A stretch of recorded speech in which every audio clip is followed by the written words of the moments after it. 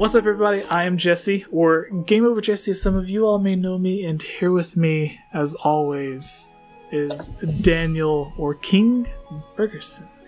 Hello! Yes. Wow. And joining us once again is Holly Wolf. Wow. Yeah. Oh, wow. Extended Good job. the L on that one, Whoa. just to make Whoa! like a sheep. Yes. Now, we are here to discuss the top 5 oh my god moments in Zelda.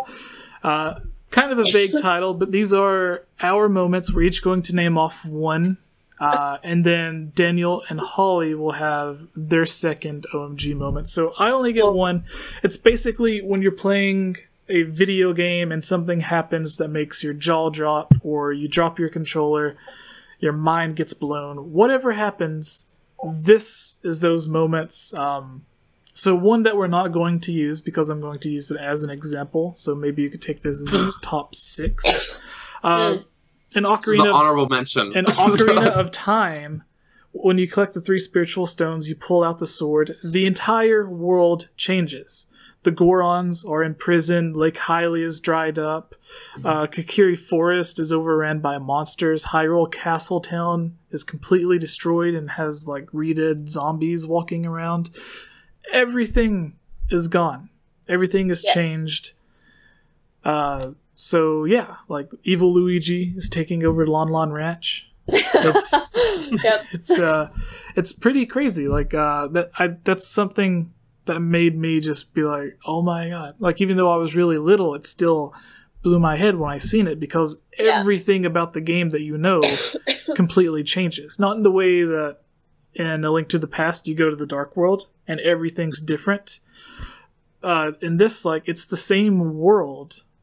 It's just everything is like in pure chaos. Like everyone is basically living in Kakariko Village to kind of safeguard and protect themselves. Yeah. So yeah, that was an example. But starting with you, Holly, what is your OMG moment? What in Ocarina of Time, Majora's Mask, whatever Zelda game, when it happened, just completely blew your mind?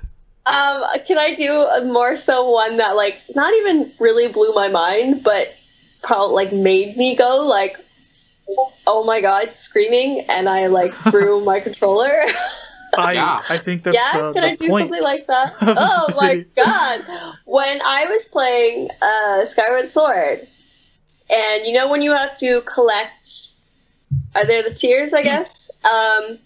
In the Silent spirit, Realm. Silent Realm. The Silent Yeah, Realm. the Spirit Realm. Oh. The first time you got spotted, or you ran out of time. I think I ran out of time. And in the first area, because I didn't get past the others for a really long time, the guy with the big sword is just hanging out like under this area, like a gazebo type thing, like, you know, changes its mood suddenly. And he rushes you, and he kills you. I almost had, like, a heart attack. I freaked out so hard. I, like, threw my controller. Did you know they chased you? No. I was so scared. I was just, like, I screamed, and I was just like, oh, my God! I threw the controller, and I didn't play the game for, like, 6 months. Oh, my goodness. Yeah, I was like, nope, don't appreciate the scares in Zelda. This is not what I signed up for. I put the game down, and I was like, I'm not playing that game. I was like so traumatized that I did not play Skyward Sword for a very long time, because I was like, I'm not having this. An anxiety pumping. It was it was terrifying. I was like, this is not what happens in Zelda games, because by that point, I've already played so many in the series. The stuff just doesn't happen. It was like so unexpected. Yeah, I was like, nope. I literally stopped playing the game. Zelda games, the enemies in it that give you anxiety. Yeah. Because those ones, they're always called guardians, apparently, because those they're referred to as guardians. Okay. So the Nintendo is like trying to change our view of the word guardian. Yeah. Gonna read a school notice. Dear parent or guardian. And I'm just gonna be like, ah! Run, child! I can't go! You can't go to this this school. There's guardians. True. Oh, well. All right. Well, there's one of mine. So yeah. All right, and you, Daniel. You took a good one. Both of you took the good ones. Okay. Not like a scared, like moment, but like a kind of a shocking moment. Mm-hmm. The first time I played Majora's Mask as a kid, and you get turned into a Deku Scrub. Like it's like kind of one of the first things that happens in the game. But I was just like, what?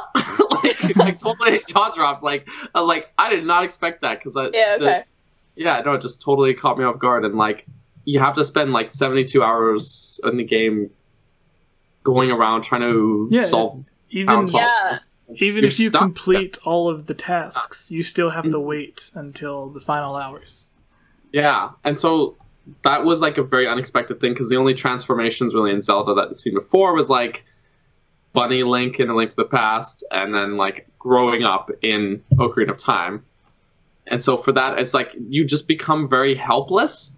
And like especially for Ocarina of Time Link, like the Hero of Time, where you've gone through that adventure already, you start Majora's Mask out, and there's those moments where you're chasing him in the Lost Woods, and I'm like, okay, this is the same Link, and he's badass, and he's like, you know, doing flips and stuff, and he's super cool, and I'm gonna go kick this guy's butt, and then he just like, bam, you're a Deku Scrub, you can't hurt me, and I'm just like, what?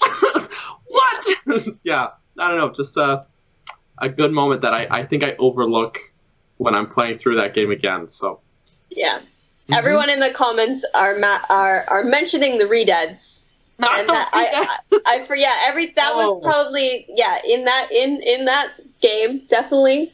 That was terrifying. Terrifying. The first time you leave Hyrule, Temple of Time, and and they get you. First time they get you, oh my gosh, no.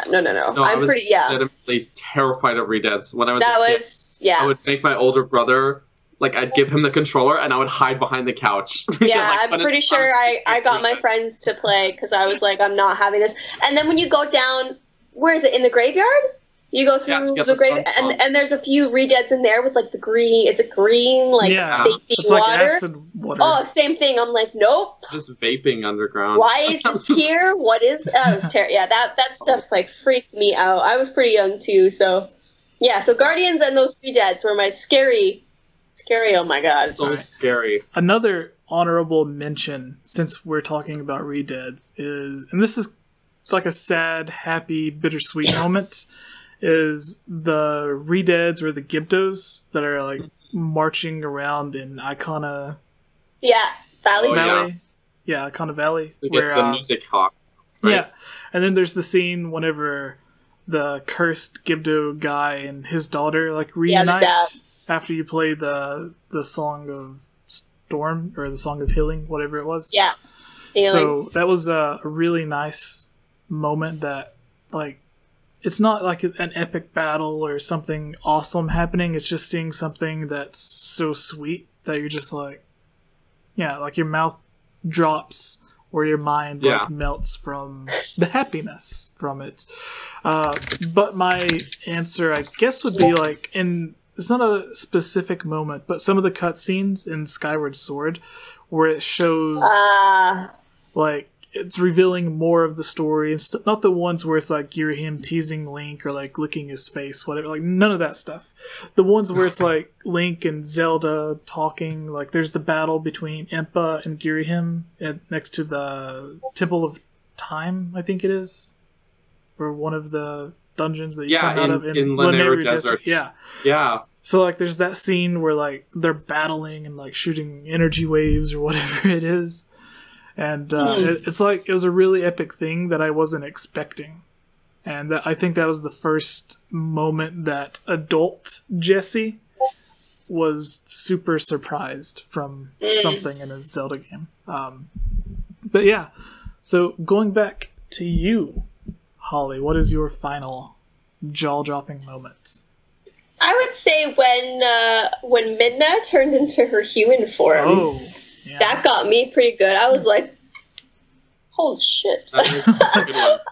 Yeah, because she's just like this like weird little imp creature, and she's so annoying and sarcastic and stuff. And well, she's just sarcastic. You know what I mean? Like, She's very sarcastic. Yeah, it was very like yo, shut up, and you're so just not Navi like annoying, but different, very like different.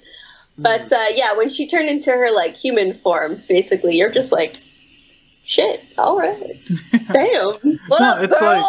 like, in a way, like you don't expect it, but it still makes sense because everyone who is like goes to the opposite realm, like when you see the people in the Twilight realm, they're not their normal selves. They're like these weird versions of themselves. All of the humans get turned into like the spirits or whatever, and Link gets turned into the wolf. So it would kind of make sense for Midna, since she's an important character, for her to transform into like a weird beast-looking creature as well. So she gets turned into the imp, and then whenever her like human form is revealed, you're like, hold on a minute. Why was she not in the game the whole time? Yeah. She can't ride on Wolfland. Yeah. She's too big. Yeah. What were your thoughts on Midna, Daniel? Oh, Midna's honestly like I love companion characters that have like a really good arc. Like Navi, sure, I have nostalgia, but there's no character arc for Navi. None of this. Tattle a little bit for like the first hour of the game, and then it's pretty flat. Like she hates you, then she likes you, and then that's it.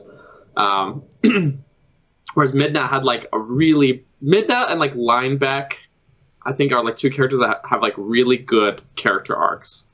So Midna's sort of reveal at the end was like really good, but then like she like does a little tear flick where she's just like, "No, I cried," and flicks it, and the mirror like shatters, and that got me. I was like, well, okay, but why? No. I'm not one of those people that there's a lot of people who are like, the next Zelda game has to be Link hunting down the mirror shards, and I'm like, no, that's they're not doing that. But I don't know, that was a very emotional thing because you spend the whole time playing the game and growing to like each other, and you get quite attached to her by the end of the game. Yeah, so that's an emotional one. That should have been in our emotional moments video that we did. Sweet. All right, what is to end the video? What is your jaw-dropping OMG moment, Daniel? This one, which I only remembered really about it recently because I've been playing through Wind Waker again. But when you finish the Tower of the Gods, you ring the bell at the top, and then you go down to Hyrule Castle, which is at the bottom of the ocean. And it's like a really neat moment, and you like have only heard about Hyrule being this ancient place that's like buried under the sea or whatever, that's like lost in this game specifically. But like being a Zelda player who's played Ocarina of Time, going in, you see the Hero of Time statue, and there's all the portraits of the royal family and the Master Sword with all the stained glass windows of the sages from Ocarina of Time. And it's just like, it's just one of those moments where it's just like, whoa, like this is, they're really linking these games together, because other Zelda games pretty much before that hadn't really been as like very deliberately connected. Whereas that one was like, wow, they're really like, this is the same Hyrule Castle, supposedly. Or so I don't know, that was for me a good one. I always love whenever they do, like Breath of the Wild has all of the tiny little references, but I love when they have a reference to a past game that's like really in your face, like the statue from Wind Waker, or like the grave from Twilight Princess, where it's like a reference to the old Hero of Time. So like whenever they have those like in your face references, I love those. All right, I think that brings us to an end. So we are ready to do the mailbag portion of the podcast. Before we end it, we have a few questions still on the list from previous mailbags that we never got around to answering. Holly, Daniel, if you go to the Yes. podcast schedule. You can see a few there. But there are also questions in the Discord group. If you go to the Hylian Gamescast chat, there are new questions there, or there are supposed to be.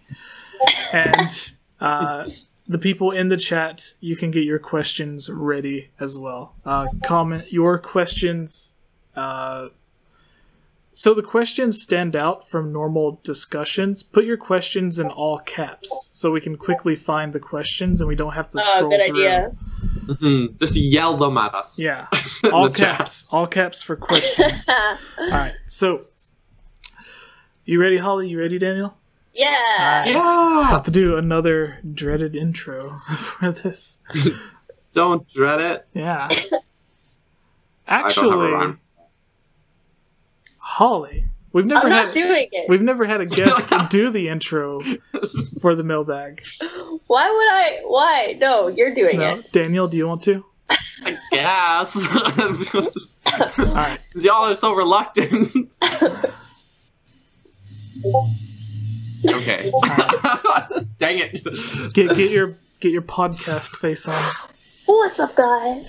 Hey, everybody. Talk like a McIntyre. Oh, I must be heading out now, but thanks so much for watching. I don't know, I can't do the McIntyre. We need discount McIntyre here. Okay, I'm just gonna do this. Hello, everybody. Welcome back to this mailbag video. I am Daniel, also called Bergerson.